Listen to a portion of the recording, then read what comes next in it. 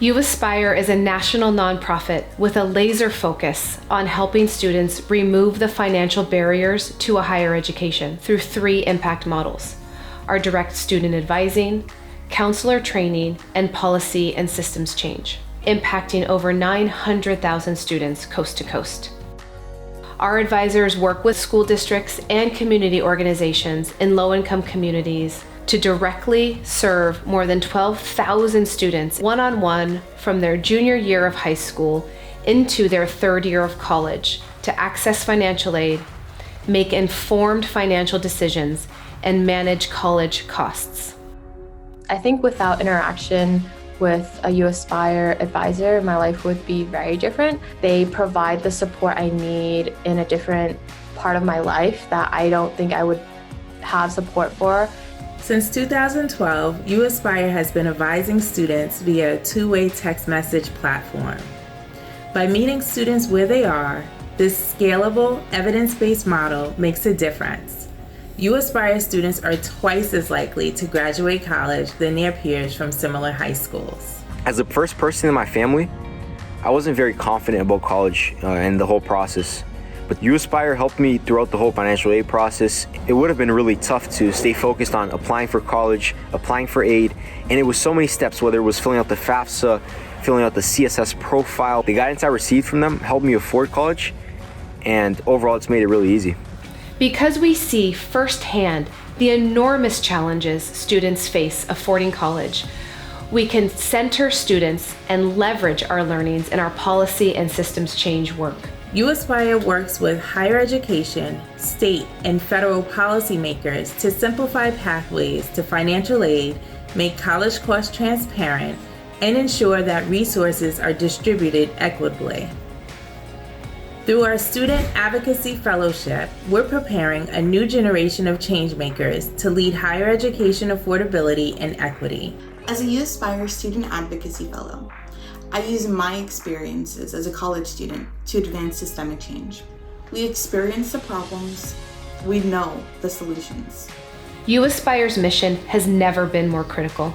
We must work together to make college affordable for all. Together, we can build a brighter future for all students.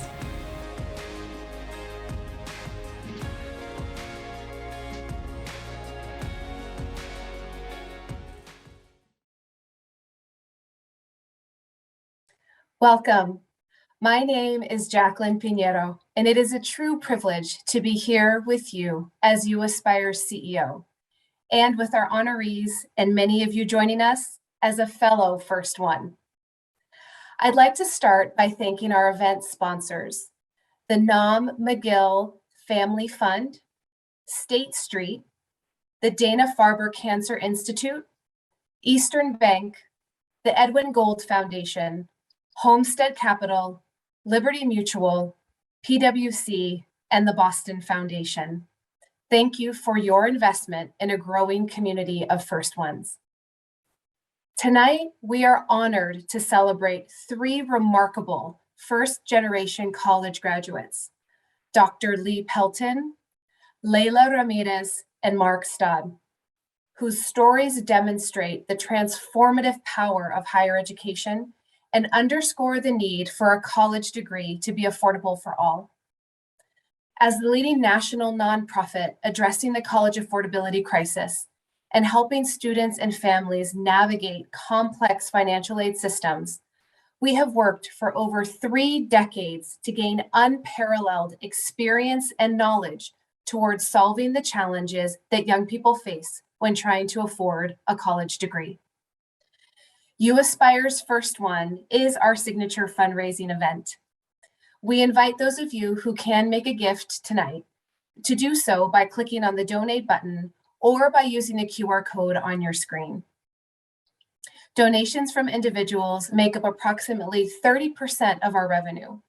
Please help us to increase that percentage and resource uAspire to grow our impact and a thriving community of First Ones. Students are at the center of all we do, and we're going to continue to make a robust impact across the country, and you all are a big part of making that happen. Thank you for joining us today. And I now have the privilege to introduce our first honoree, Dr. Lee Pelton, CEO and President of the Boston Foundation.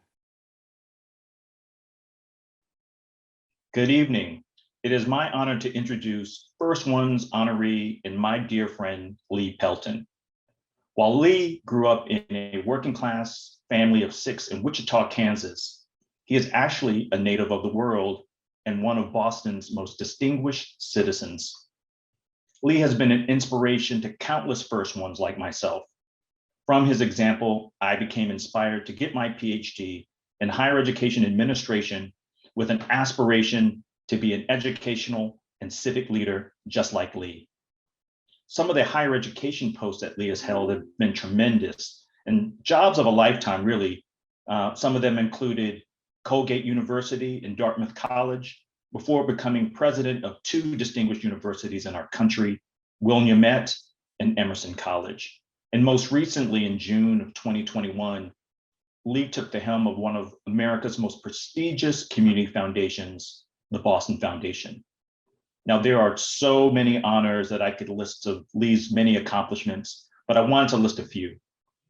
He was awarded the Living Legends Award from the Museum of African American History, the Bob Cord Distinguished Leadership Medal from the Urban College of Boston, one of the 100 most influential people in Boston from Boston Magazine, Distinguished Bostonian by the Boston Chamber of Commerce, the Governor's Award from the Massachusetts Foundation of Humanities, and one of the 50 most powerful leaders in Boston from the Boston Business Journal, several times over. Despite these many awards and accolades, Lee has spent a lifetime of work in the fight for equity and justice for students and members of a diverse community. This moment right now requires tremendous and courageous leadership. The triple pandemic of COVID-19, the economic devastation, and the racial disparities reminded all of us that there were 2 Bostons, one prosperous and the other struggling to make ends meet in one of the most unequal cities in our country. It also revealed the devastating effects of systemic and structural racism, which intersects with class, gender, economic forms of injustice from which many communities suffer. And it also exposed a level of religious intolerance and hate, such as anti-Semitism and Islamophobia. In a world that seems turned upside down, I don't know anyone who I'd rather be in the trenches with than Lee Pelton.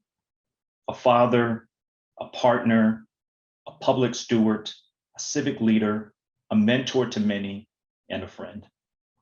Lee Pelton is a First One that always goes above and beyond to make this world a better place than he found it.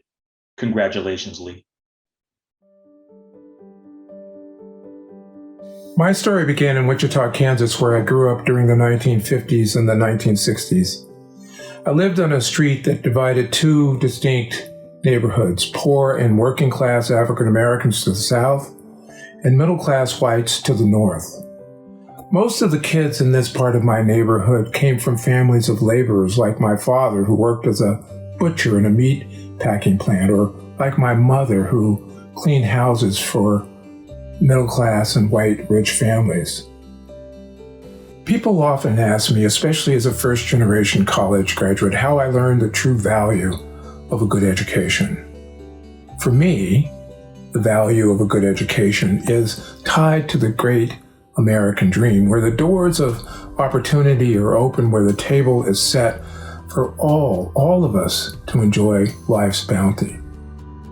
When I entered kindergarten in 1954, the Supreme Court had just ruled in May of that year that segregated schools were unconstitutional.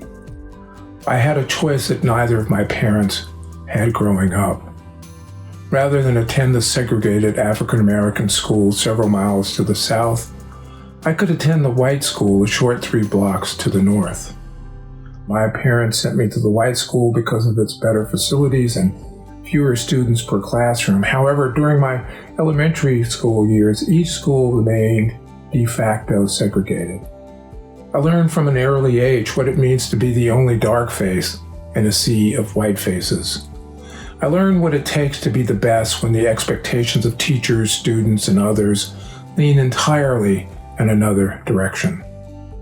I learned what it means to be the first African American this or that. I learned the burden imposed in part by whites and people of color alike for me and others like me to represent in our life and work not only our own private hopes and dreams, but also the hopes and dreams of an entire race of dark-skinned people. I learned the true value of a good education, of a college education, and its power to create, through intellectual inquiry, intercultural understanding, and civic responsibility, its power to create light and liberty out of darkness and despair. I believe in this so deeply that I have spent in my entire life, really, in academia, in service to that value, because a college education is nothing short of transformational, not just to those that receive it, but because of their subsequent potential to impact others and to impact the world profoundly.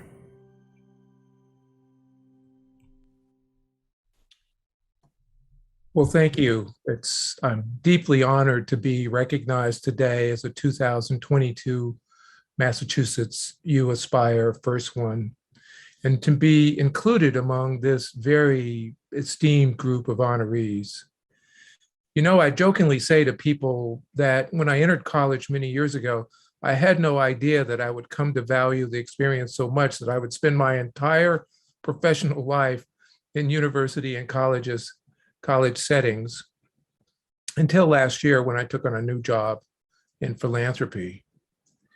Of course, those years were not spent as a student, but also as an academic, several dean roles and twice as a college president. As one author said, education provides students with habitual visions of greatness. It makes what was invisible visible, especially to many first-gen students like me and you, so that we can see ourselves in our own futures. I also saw how first-gen students profoundly contributed their vast and diverse backgrounds, points of view, and ideas in their various college settings. I think we all understand and hope we would all agree that the different points of view that emerge from diverse cultural heritages and ethnic backgrounds enlargen our aesthetic horizons, enrich our intellectual discourse, sharpen our historical perspective, and give increased focus to who we are and what we stand for as a nation. This, in fact, is the future of our nation, and this is the future of the world as we become increasingly global and diverse in almost every sphere of life. Like many of you, as a first-gen college graduate, I've always understood how my personal achievement, the attainment of a college degree, represents so much more than just individual accomplishments. It represents the fulfillment of a great hope on behalf of my family, on behalf of the multitude of generations that came before them and all those ahead. And it carries with it the tremendous privilege and the privilege and weight of hope of so many others.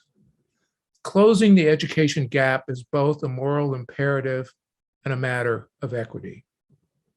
It's also an economic imperative, with the education attainment gap between whites and people of color causing the US economy to forego nearly $1 trillion a year in earnings, consumer spending, and tax revenue, combined with potential savings on social services. You know, according to a report recently released last year by the Georgetown University Center of Education and the Workforce, it said that the overall proportion of Americans in higher education continues to slowly increase among the 25 to 34-year-old population. And post-secondary credentials nationwide is up from 38 to 45% during a 10-year period beginning in 2008, which should be good news.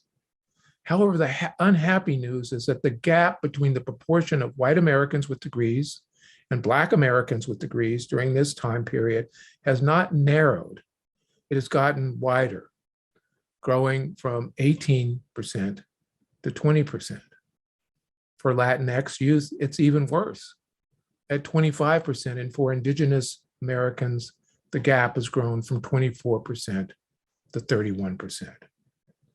You know, these are the kinds of things that keep me up at night, not just as a former college president or now as a president and CEO of the Boston Foundation, but as a first one. This is personal for me. And we must all work together to close this gap. And so I want to applaud uAspire and your extraordinary work to remove or diminish the financial barriers that stand between our young people and the college degrees that will transform their lives. I'm honored, deeply honored, to accept this award as a first one. And like uAspire, may we all work to help other first ones navigate their financial path to college. In 1916, John Dewey, a prominent 20th century educational reformer, described democracy as the most ethical aspiration conceived by ethical communities. This aspiration was unattainable, he wrote, without society's commitment to lifelong education to develop the capacity for associated living in a society characterized by complexity and diversity. This is the American dream, that we can create out of the rich diversity of human experience, communities made both beautiful and effective by their pluralism. Not the kind of dream that is available only to those privileged by history or family income or wealthy neighborhoods. Not the kind of dream that is built on narrow self-interest, but rather a compelling vision of what we could be if we were truly open to the best that is known and thought in the world.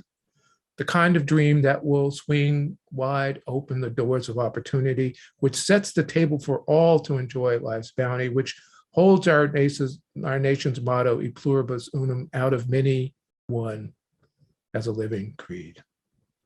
So thank you for the great work that you do on behalf of young people, and thank you for this wonderful, wonderful honor.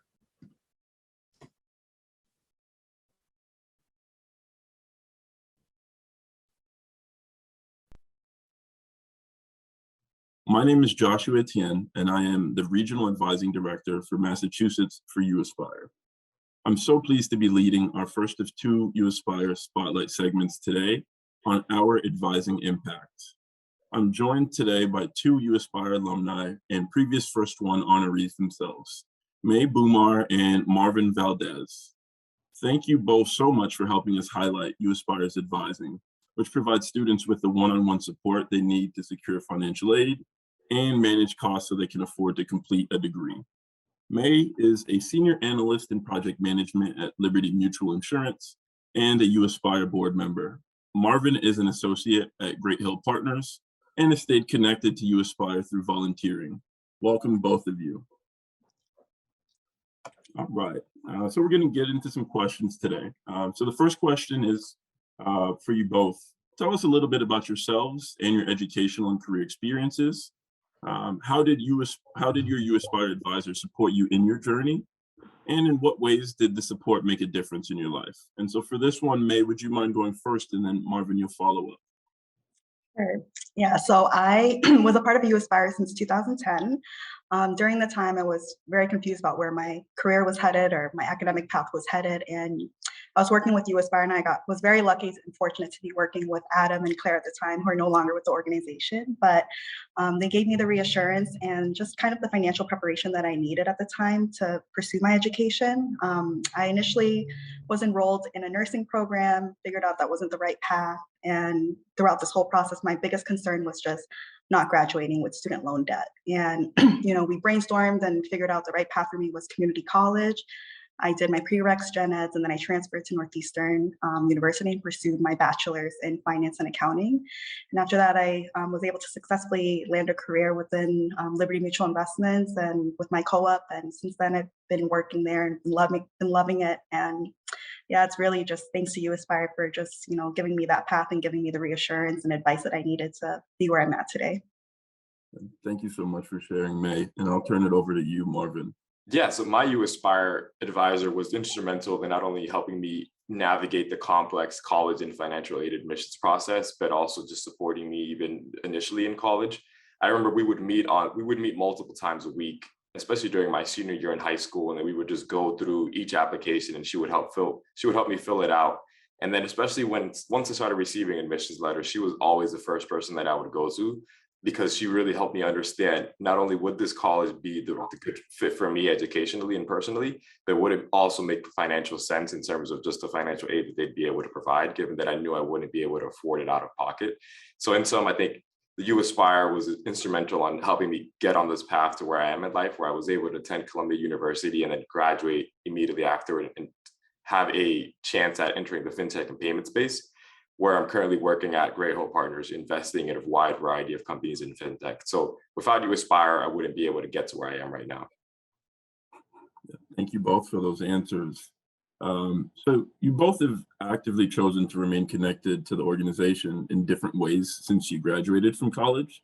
Why is it important to you to give back with your time? And for this one, Marvin, would you lead off, and then I'll hand it over to May after. Yeah, so personally for me, it's about giving back to an organization that gave me so much when I was navigating the college admissions process, and serving as an example to other first-gen low-income students that they can set themselves up to success if they just put their mind in and put the time into it. So serving as an example and just also giving back to an organization that gave me so much. Thank you for that. All right, May.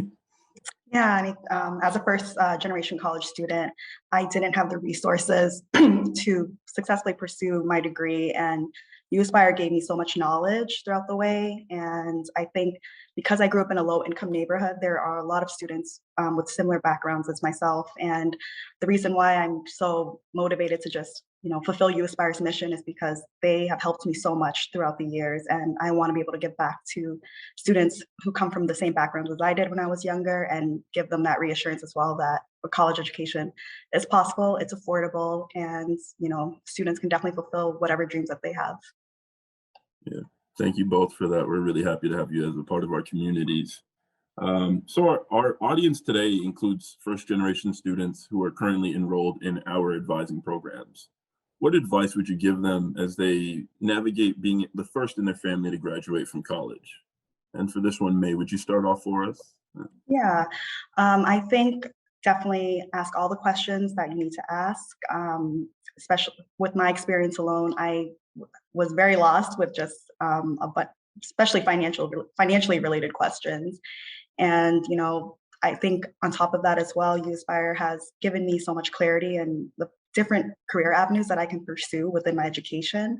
So you can always ask questions. There's so much support amongst us all, and just asking the right questions is so important, because we have so many resources to really get us to where we need to be. And I think with uAspire just supporting me throughout the years, and being very consistent about it, I felt more confident in where my career was headed. All right, yeah, thank you so much.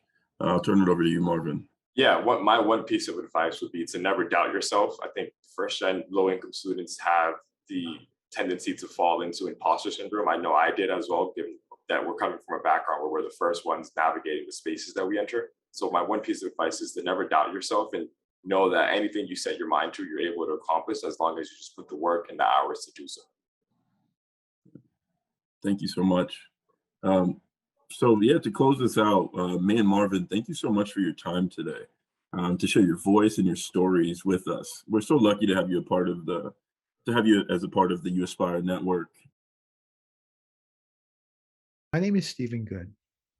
I taught and advised Laila Ramirez at the John D. O'Brien School of Mathematics and Science in Boston. During that time, I had the great honor of teaching and helping Laila understand the character traits versus environment in history and networking since 2004. Before we started class, I asked my students to repeat after me. And it was our little mantra. And it goes like this: I am smart. I will work hard. I will be somebody. Excuses are the tools of the incompetent. They build bridges to nowhere and monuments to no one. I love you guys. Let's get started. I can remember when I wrote her college recommendation. What I said was she was one of the brightest and most compassionate students in our school. Laila possessed a unique ability to bring out the very best in students working with her and around her. Her attention to detail in her work and her team-type attitude coruscated among the very best students I've ever taught over the past 30 years.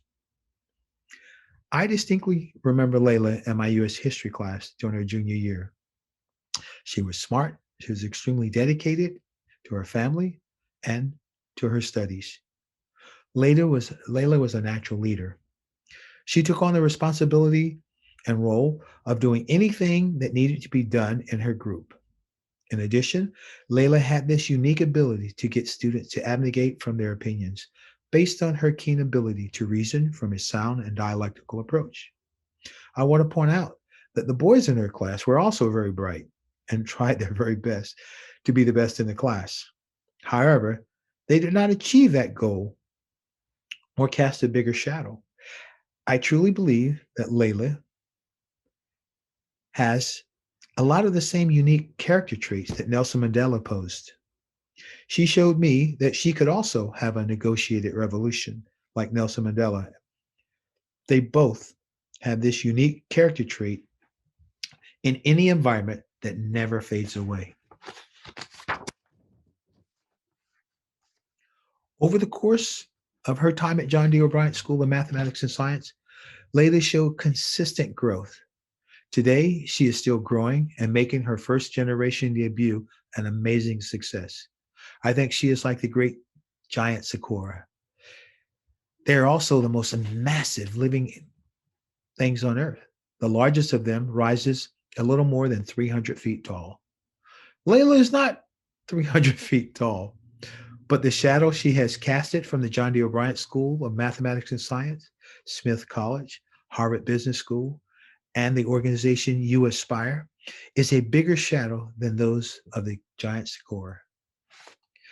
I am certain that Laila will always be a famous landmark that continues to grow. Her mark on life will be hard to erase. Just like the oldest giant sakuras that have been around for more than 3,000 years, I am certain that Laila's impact on our communities, the people she encounters, and the world we all live in and continue to grow, and her shadow will cast well beyond 3,000 years and more than the giant sakuras. In closing, let me turn back to the giant sakuras. You might not know this, that they only exist in areas of California, but they do. Laila, on the other hand, has already casted a bigger shadow over a greater area than the shadow of the 300-foot giant sakuras. Laila is local, she's regional, she's national, and global, all rolled into one. I want to leave Laila and the audience with these little tidbits of information, little points that I think that will benefit you. What would you try if you knew you could not fail?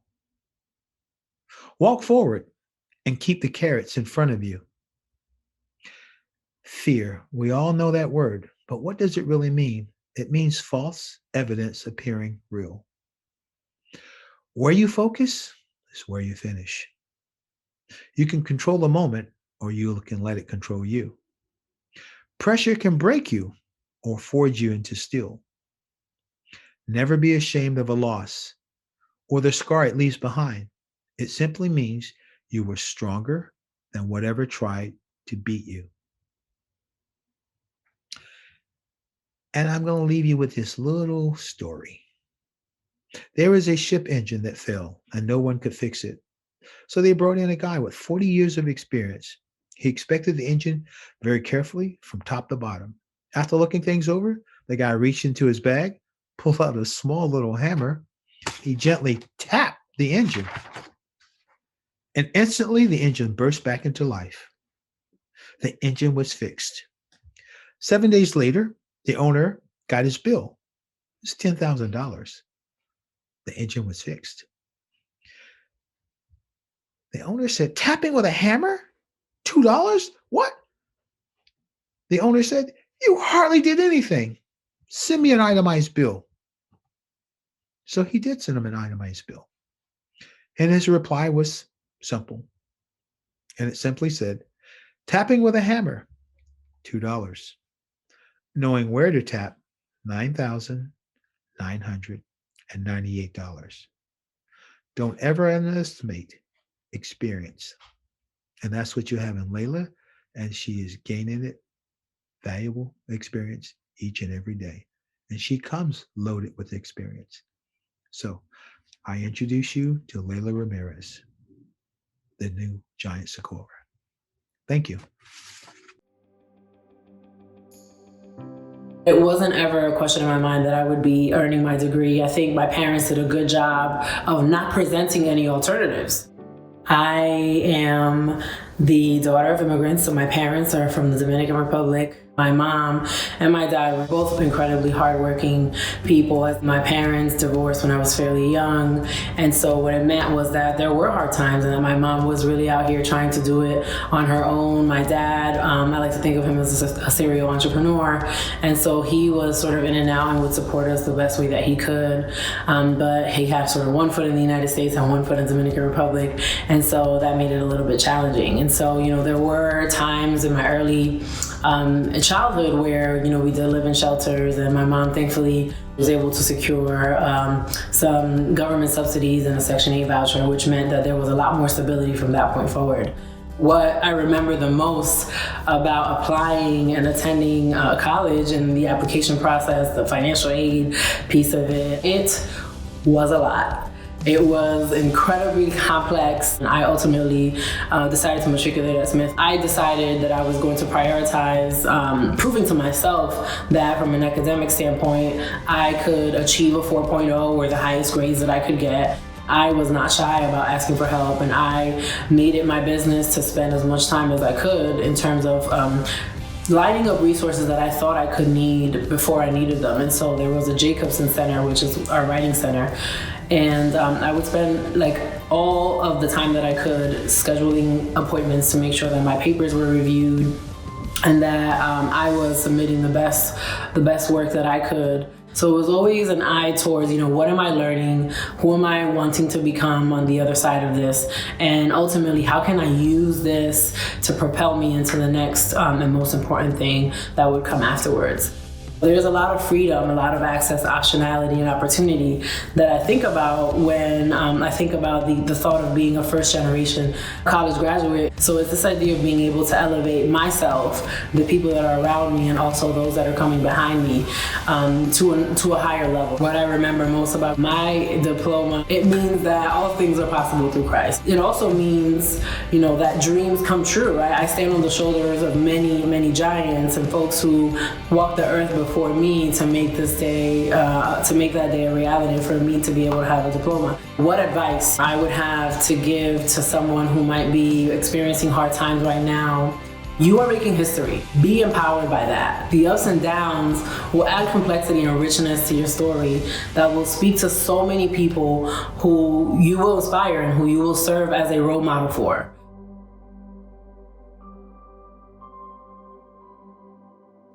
Hello, everyone, and thank you for joining us tonight. First and foremost, thank you to Aspire, to the Aspire team, the uAspire team, my mentee Marvin Valdez for connecting us, and of course to God and my parents, without whom this day would not be possible. I often like to say that my life is a collection of experiments and questions that need to be answered. And I just need to thank all of the folks who have nurtured my experiments and who have helped me to articulate and answer questions along the way. To you, I owe my curiosity. So thank you. To my teachers, shout out to Mr. Good. I love you so much. Thank you for that wonderful introduction.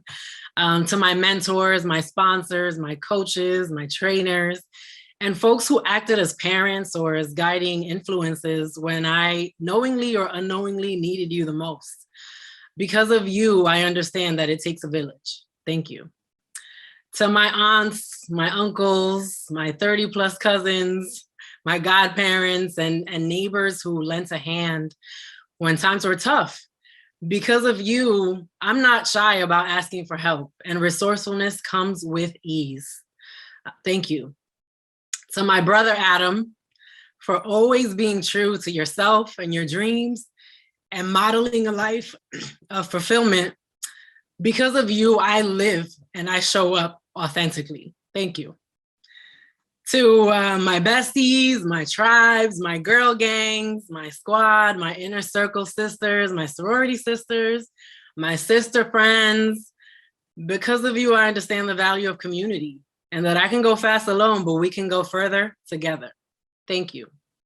And finally, thank you to the man and his amazing family who may not have been here for the entire journey to this day, but who will spend the rest of his life figuring out how to receive and what to do with all of this. To my dearest fiance, Michael Cox, thank you in advance, my love. My gratitude is boundless, and I am humbled to receive this recognition. Thank you, thank you, thank you, uAspire, and thank you to all the folks who have invested in me and my success along the way. It means a lot. My name is Janera Forte, and I'm the Chief Impact Officer here at uAspire. I'm pleased to spotlight one of our impact areas in this segment about our organization's policy and advocacy work through the lens of our 2 policy fellows. I'm joined by Ty Gamble Editon and Debbie Matesu, 2 policy fellows.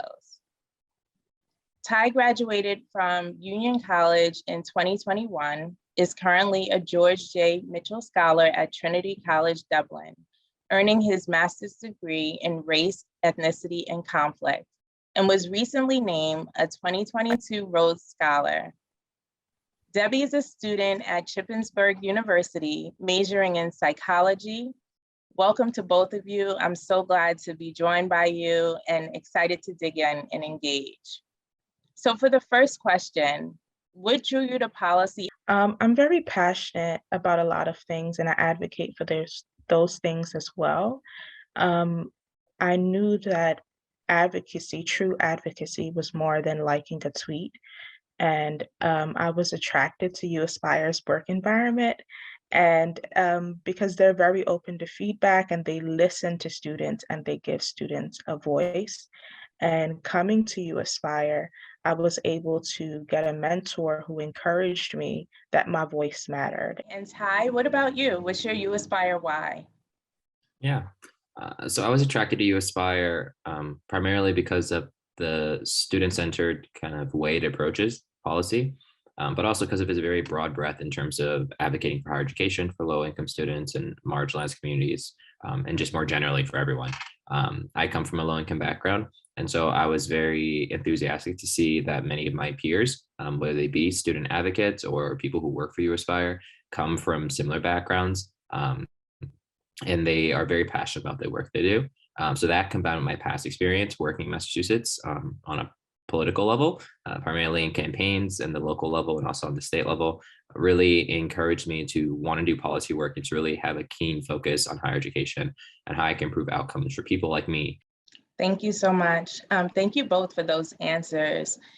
And to get into the second question, what have been some of the projects and priorities, some of the issues you've worked on while at uAspire? Yeah, thank you. So most recently, I've been working a lot on tracking the Massachusetts budget in relation to higher education. So I've been tracking it through all the different phases, through the proposal by the governor, by the Ways and Means Committee most recently, and also by the various higher education nonprofits and also kind of governmental entities, looking at variances in terms of how much budget is allocated towards certain programs, whether they be things like Mass Grant or whatnot. So that's been what I've been doing largely recently. But throughout the year, I've been working on things like advocating for the transcript trap bill, which looks at making sure that schools can't retain your transcript for small amounts of fees owed or really any fees owed to the institution. And I've also been working on the Hunger-Free Campus bill and advocacy around that, making sure that students have access to all the resources they need beyond just tuition, including food and other resources. So those have been kind of three of the really big projects I've been working on.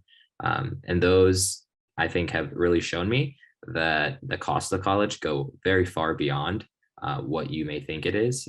Especially, I think many students, when they get their financial aid package, they're very excited. They're like, I have everything covered, everything's perfect, right? I have, even if you have full aid, there's nothing to worry about. But in reality, there's a lot of those hidden costs that I think uAspire does really good a job at addressing, whether they be getting your transcript, whether they be making sure you have access to federal or state program related to getting food, whether it be advocating for parents who are students and need various other instruments in terms of daycare or whatnot. uAspire does a really good job in terms of making sure that the student as a whole has their needs met. And that's really what my projects have been focused on, kind of how do we make sure those needs are met? What are those needs? And how can we really expand the apparatus of support around students, especially those from marginalized backgrounds?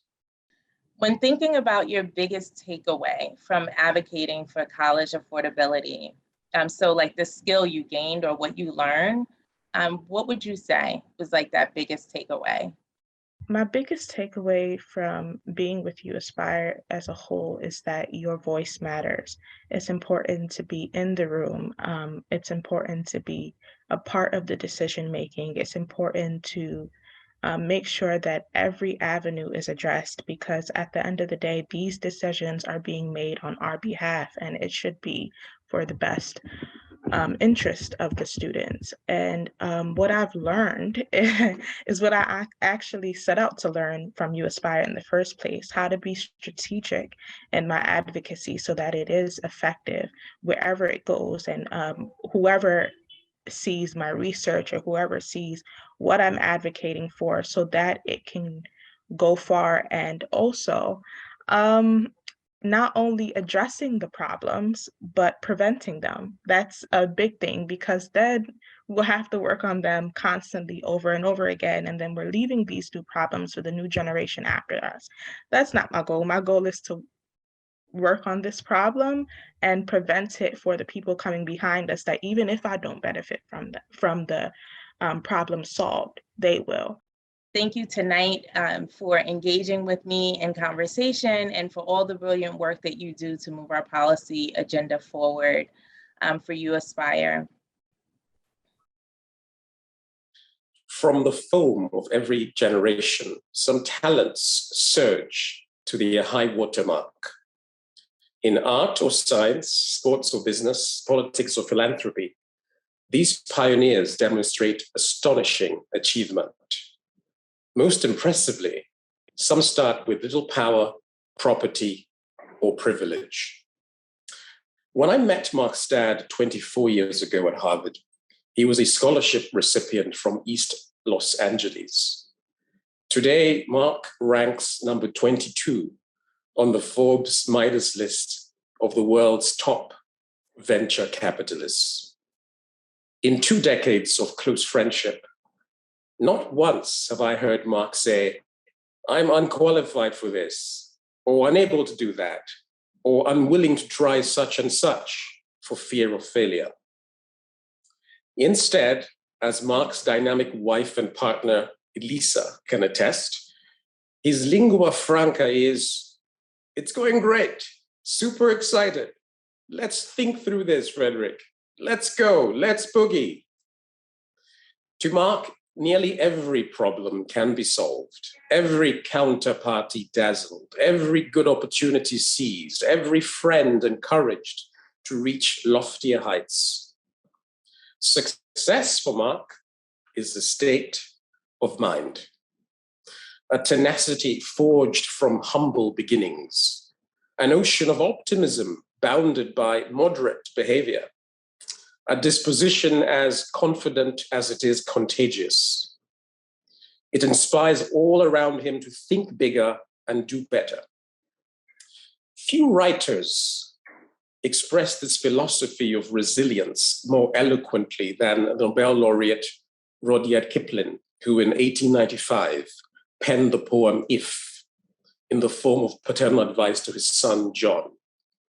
In it, he says, if you can keep your head when all about you are losing theirs and blaming it on you, if you can trust yourself when all men doubt you, but make allowance for the adulting too. If you can wait and not be tired by waiting, or being lied about, don't deal in lies, or being hated, don't give way to hating, and yet don't look too good or talk too wise. If you can dream and not make dreams your master, if you can think and not make thoughts your aim, if you can meet with triumph and disaster and treat those two impostors just the same, if you can bear to hear the truth you've spoken, twisted by knaves to make a trap for fools, or watch the things you gave your life to broken and stoop and build them with worn-out tools, if you can make one heap of all your winnings and risk it on one turn of pitch and toss, and lose and start again and never breathe a word about your loss, if you can force your heart and nerve and sinew to serve your turn long after they are gone, and so hold on when there's nothing in you except the will which says to them, hold on. If you can talk with crowds and keep your virtue, or walk with kings nor lose the common touch, if neither foes nor loving friends can hurt you, if all men count with you but none too much, if you can fill the unforgiving minute with 60 seconds worth of distance run, then yours is the earth and everything that's in it. With that, I present to you First One's 2022 honoree, my friend, the incomparable Mark Stodd. Thank you. I was the fifth in my family of 5 kids. And it was an interesting situation where none of my 4 siblings or my mom or my dad were even high school graduates. So I didn't have a lot of examples in my family in these areas, so I kind of just invented it as I went on. And then ultimately, I decided to apply to college, and I had no clue. So I applied to 21 schools.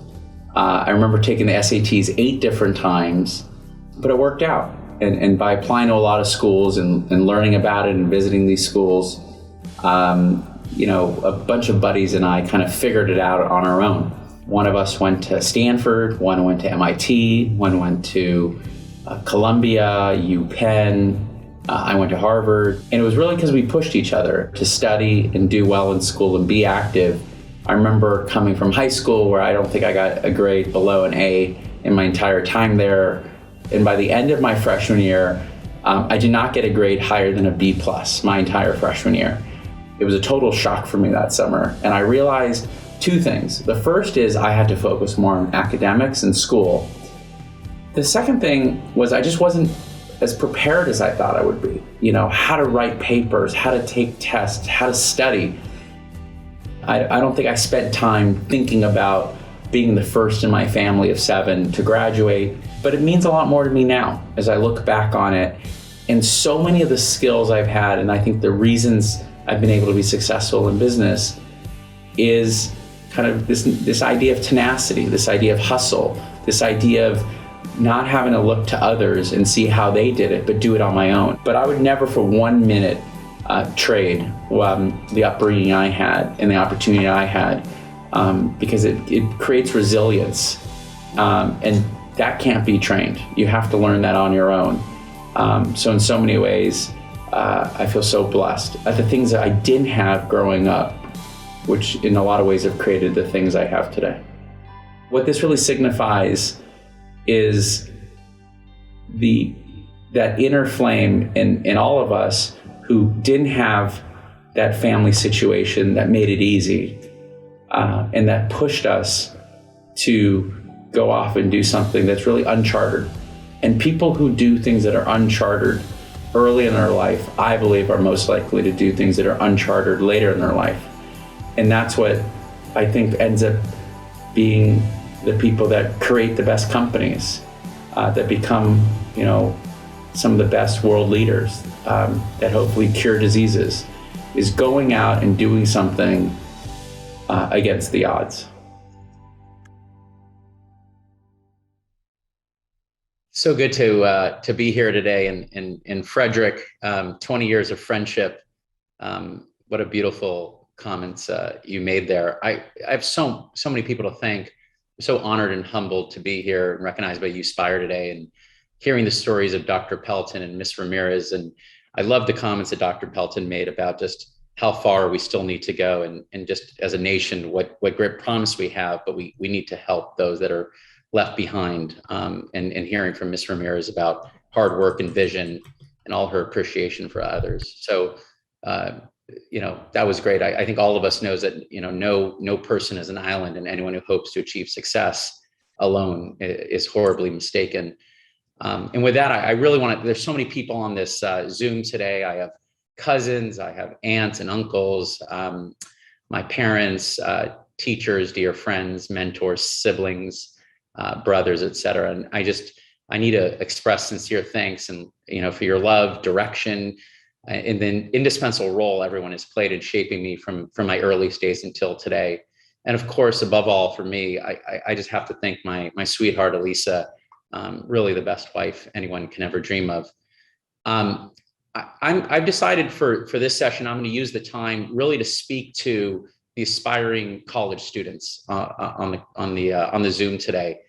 I was taken by the research by the Social Security Administration that says, if you get a bachelor's degree, your lifetime earnings goes up by $500,000. If you get a graduate degree, it goes up by $1 million.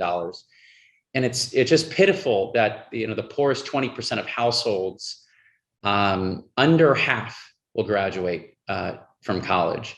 The top 20% of households, 92% will graduate from college, and we've got to change that. And that's the beauty of uAspire and some of the things Dr. Pelton talked about today. But we have to help those who are less fortunate among us to get this degree and go do great things with us. And for so many of us, enrolling in college, it's just not a foregone conclusion. And even if we get to college, graduating is not a foregone conclusion. We need the help that we can get. And listen, I remember clear as day how precarious the situation was for me, and my family that's on today would also realize that. I guess it was 1992. I was 13 years old. I'm in 8th grade.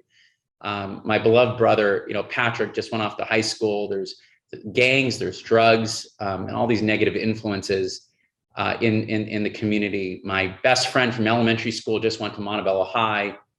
He's joined a gang. At this point, he's in jail. We have friends that are shot. We have one that's been shot dead.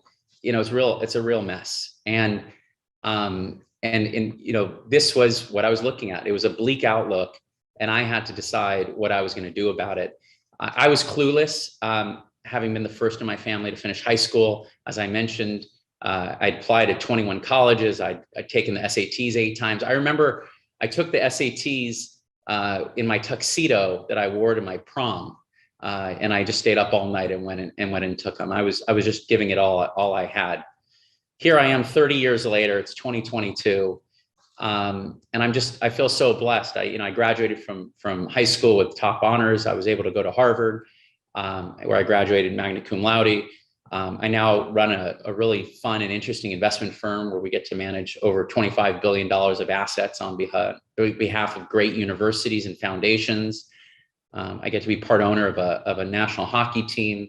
And I live in Santa Barbara, in a beautiful place with 3 great kids and a wonderful wife. So the question is, how did this happen? How does a kid from Montebello with some of my family background turn it all around? So I want to share 3 observations for the aspiring college kids today. First, it really is about hard work. And the way I often think about it, it's about creating your own luck. If people with our backgrounds, good things tend not to happen by accident. You have to create your own luck, which means you have to apply yourself. From childhood, I always felt I was willing to outwork others. You have to sleep less. You have to commit to every single exam, getting the questions right. I remember eating lunch was optional. If you have to do it while you walk, that's what you did. And I remember in applying to school, you have to use all the leverage you can get. One story I always remember was I went to this event and Jeff Bezos was there, and I've always wanted to meet Jeff Bezos. And I happened to have an investment in a company that I thought he should acquire. So I was staring at him. It was probably 5 or 6 hours. And finally he walks out of the room, goes into the hallway, and I try to catch him, but he went into the restroom. So I said, so be it. So I went into the restroom and walked up into the urinal next to him and started talking. And he said, give me a minute, I'll meet you in the hallway. So I go out to the hallway and I tell him the story about this company and why he should be interested. And we exchange notes. He ultimately wasn't the acquirer, but it created momentum around this deal and the company got bought. And I just thought to myself, that all happened because of creating our luck. The second example, in addition to hard work, is really creativity.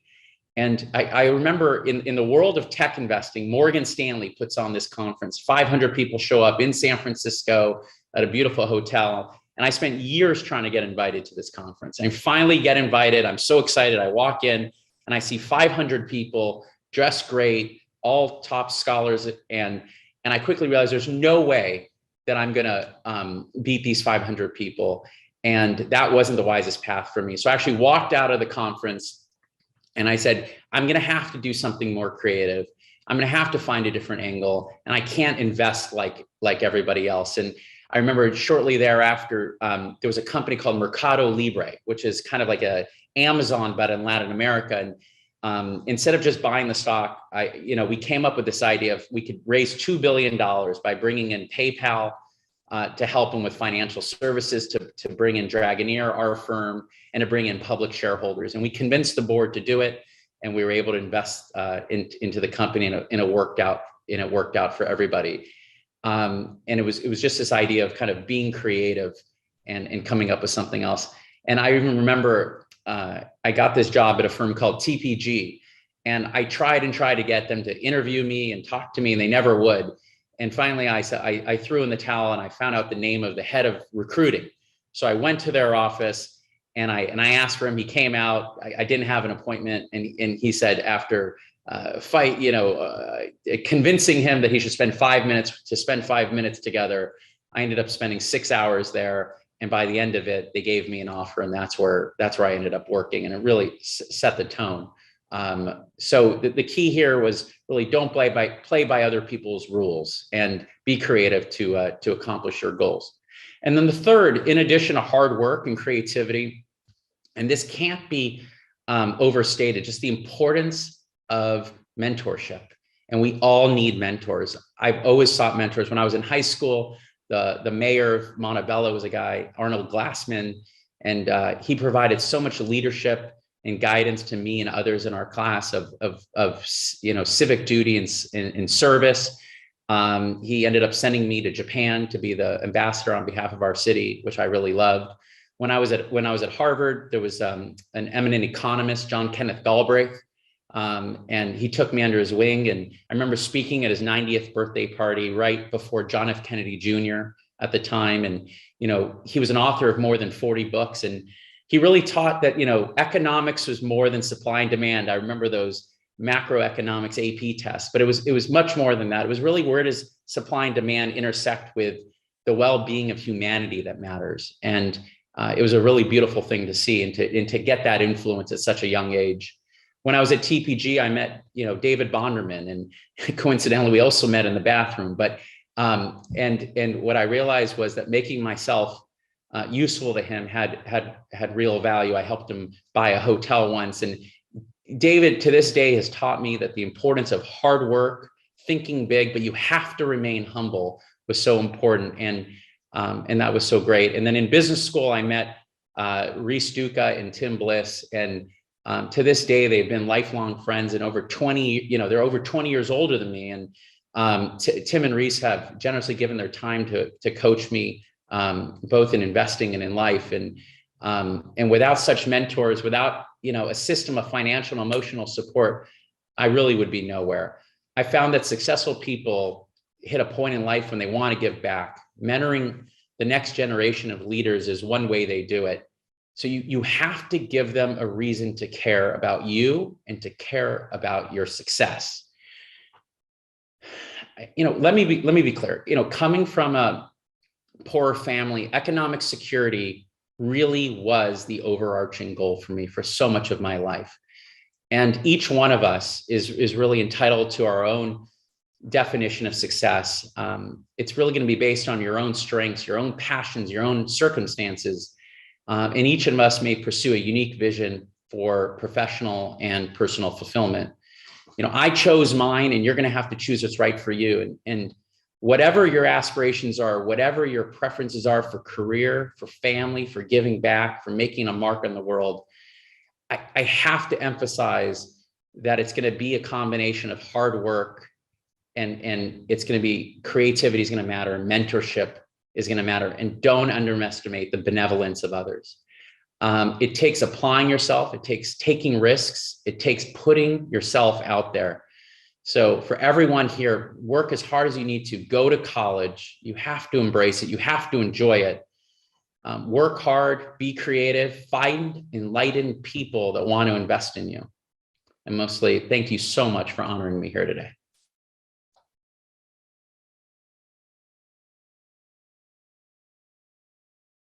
Good evening, everyone, and congratulations to Lee, Laila, and Mark. It's been inspiring to hear your stories. My name is Destiny Tirado, and I'm a uAspire advisor on our New York team.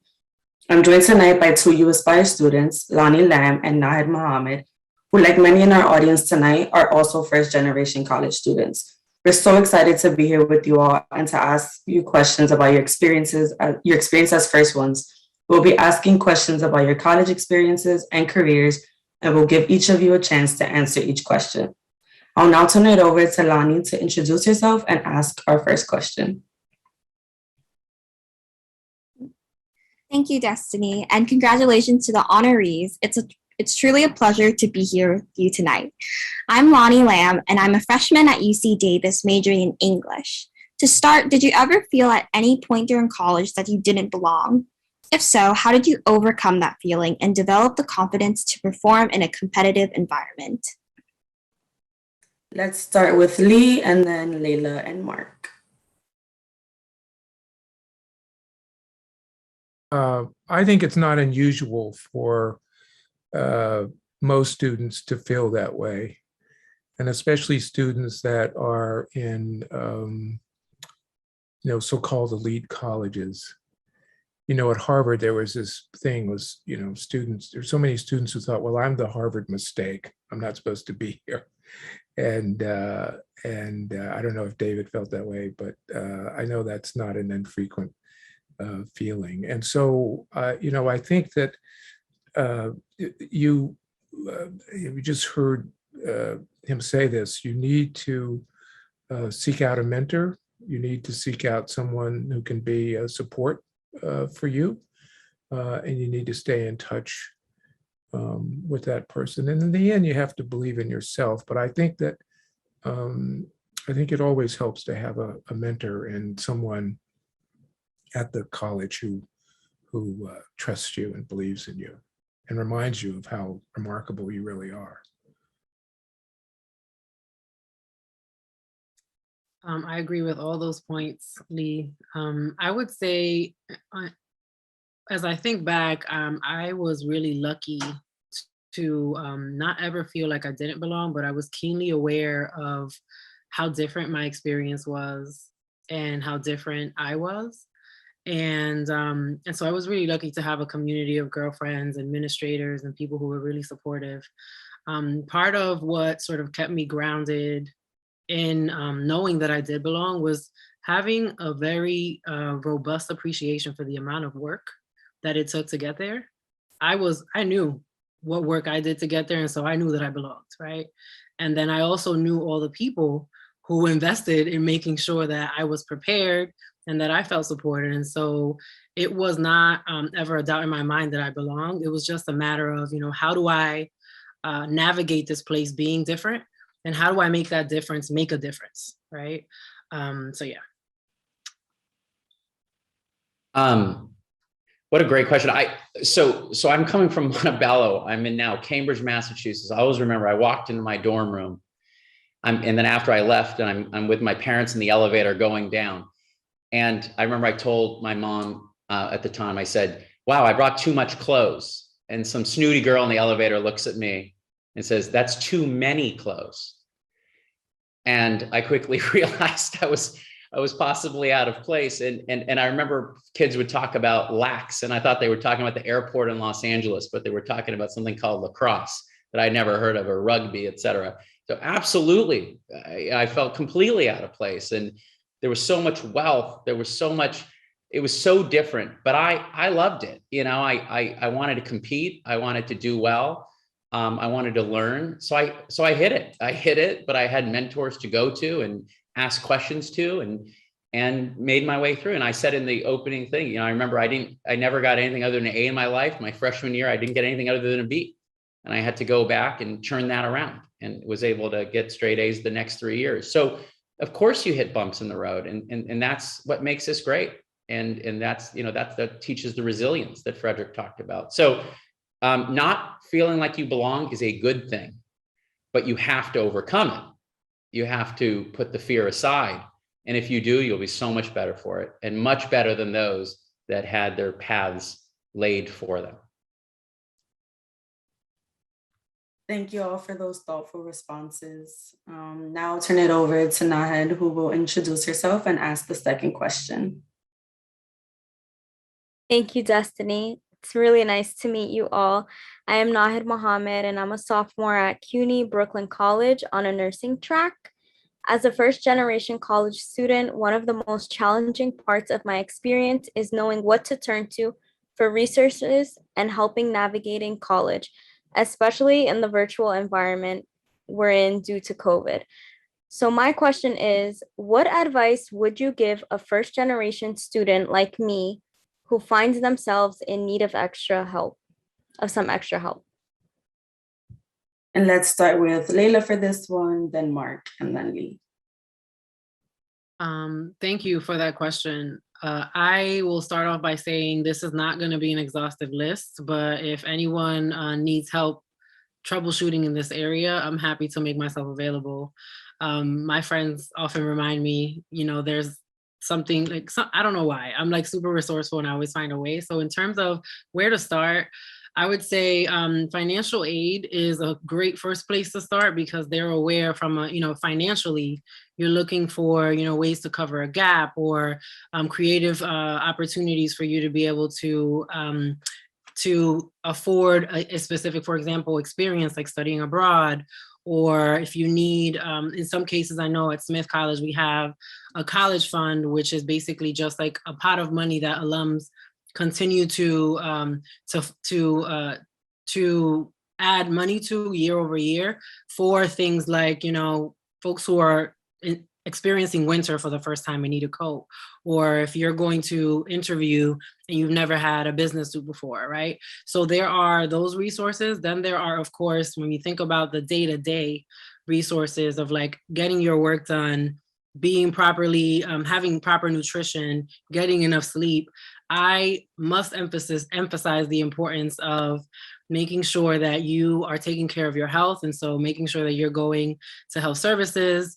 Mental health is also a part of the journey, y'all, and making sure that you're loading yourself up with counselors and therapists and, you know, support groups and things like that. Folks are going through a similar experience as you, and sometimes hearing what's going on with other folks and how they're navigating is the best way to learn and or cut the learning curve. And then thinking more specifically when about like, you know, how do I navigate getting my first internship or writing up my cover letter or resume? There are career services offices across all campuses. And then you can also, I'm sure, lean on the community that you have at uAspire, because these are folks who understand, you know, where some of the gaps are and are ready, willing, and able to serve. So those are just sort of like the three sort of most important, I think, as I come to think about the experience.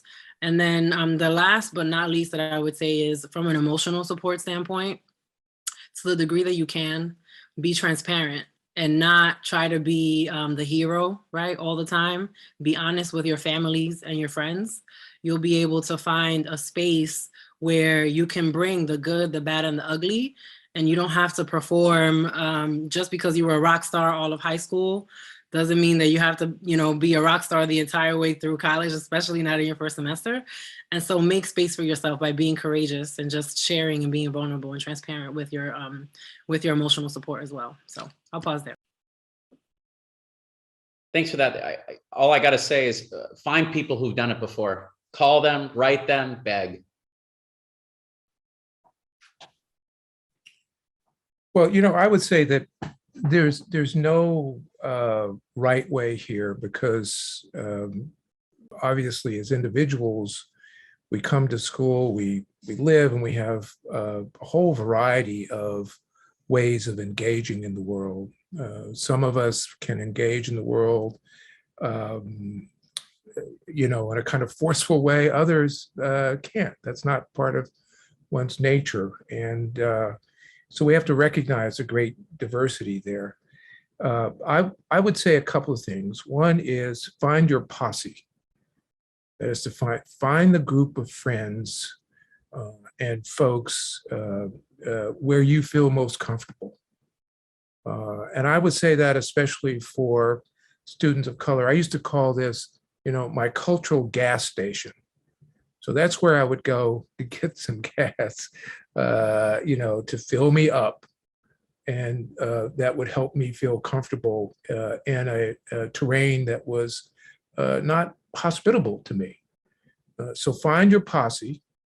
And then the practical advice that I have given my children is do this one thing. Find a professor every year. So it has to be every year, maybe every term, but at least once a year, who becomes a mentor for you and with whom you can have conversations. And by the way, those are the 4 people or 8 people or 6 people, whatever it is, that when you decide to go to graduate school or you're looking for a job, those are the folks that are going to write brilliant essays and recommendations on your behalf. So find those, but also let's recognize that we all come to college and life with different capacities, different attributes, and there's no single way. And I'll just say this, we oftentimes use this phrase achievement gap. There's no such thing as an achievement gap, because it suggests that there's something intrinsically wrong with those who can't achieve. It's an opportunity gap. These are folks who have not had the opportunities that others have had to achieve. And I want you to always remember that. It's not about achievement, it's about opportunity. And what uAspire does and what most best colleges and universities should do would provide you with those opportunities. So as I said earlier, you'll be able to see yourselves in your own future. And there's no real substitute for that in terms of success. Thank you all for offering those tips and perspective. Now we'll transition to some career-focused questions, and let's start with Nahid. All right, so my other question is, what did you want to do when you first set out on your college path, and how does that compare to how your career has evolved? And Lee, you can start us off, then Laila and Mark. Hey, listen, I came from a poor working class family. My father didn't finish high school, my mother did. And so when I went off to college, I thought, there are 2 ways to the middle class. I could either be an engineer or I could be a lawyer, because that's all I knew. I didn't have any anyone that I knew who was either of those, but that's when I went off to college. And I was good in math in high school, and so I took that path.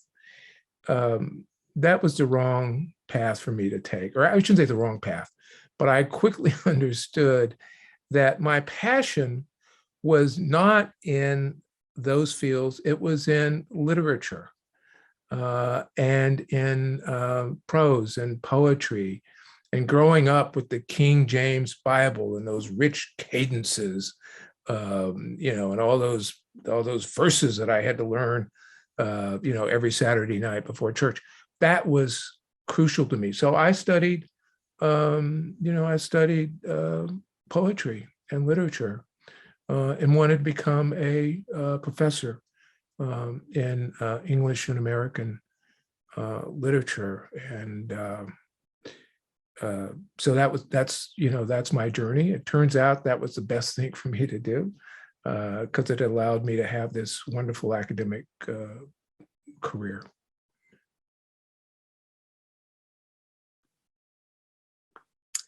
On my side, thank you, Lee, I'm just still sort of spinning on some of the things that you shared. Studying poetry sounds really inspiring. On my side, originally, I think that if you ask my mom, she's still holding on to this dream, but I initially thought I would be an attorney. And so I, did the government 100 class for like 1 week and then realized that maybe this wasn't going to be my path. And so I spent the first part, thankfully at Smith, we didn't have any pre-professional, we didn't have any general requirements.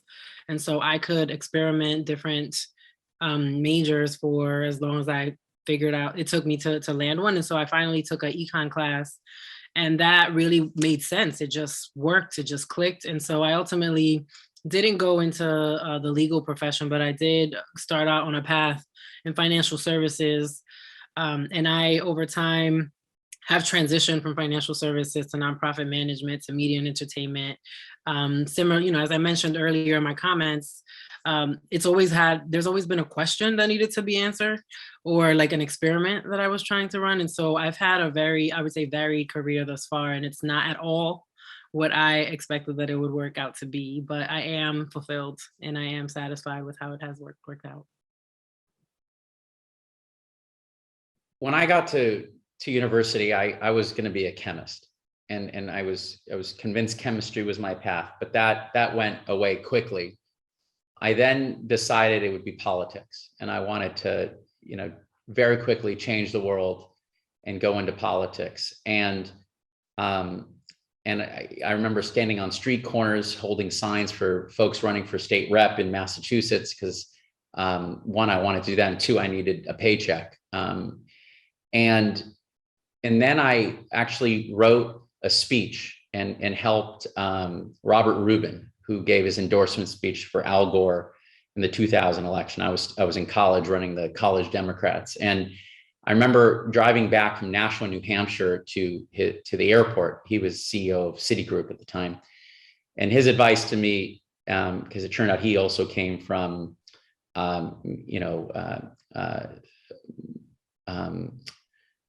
little means growing up, was to go into business. That's what he suggested to me, and do that for a while, and then go into politics, and don't go straight from school. So I listened to that. I ended up going and working at Citi that summer, and then decided to go into business.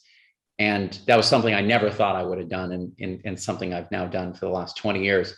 But I can't tell you where my career is going to end up. I'm still in the middle of it, and I love what I do, but I also have big passion to change the world and make it a better place. So I have big goals and aspirations, and we have a lot of work to do as individuals. So this is where I am now, but I'll see how things unfold in the days ahead. Mark, Lee, and Laila, thank you so much for offering your time, your experiences, and your voices tonight. We have many first-generation students in the audience who I'm sure have thoroughly enjoyed learning from you this evening. As an advisor who works directly with our students, I will definitely share some of this wisdom with them. We will now transition to Carrie Ann James, uAspire's board chair, for our closing remarks. What an inspirational program. Congratulations again to Lee, Laila, and Mark, and welcome to the uAspire First Ones Club. As someone who struggled to pay for college, and as someone who feels the great benefit and privilege of my college education, your stories of hope, tenacity, and resilience reminds me of why I support uAspire. Whether you or someone you know is a first one, I welcome you to join us on this journey and add to this impressive and growing community of first ones. To echo some of the comments made tonight, a college education can be transformational. So let's help students bridge that opportunity gap. If you've not done so yet, please consider making a donation by clicking on the donate button or scanning the QR code on your screen. Please connect with us and share your information about our work widely across your network and your communities. Your direct engagement and network of relationships are critical in moving this work forward. So please reach out to hear more about the work of uAspire. To our honorees, congratulations again. Thank you to those in the uAspire organization and across the network who spoke tonight to highlight the impact of the organization. Thank you all for attending, and thank you in advance for your support of uAspire. Please be well, stay safe, and we look forward to the next time.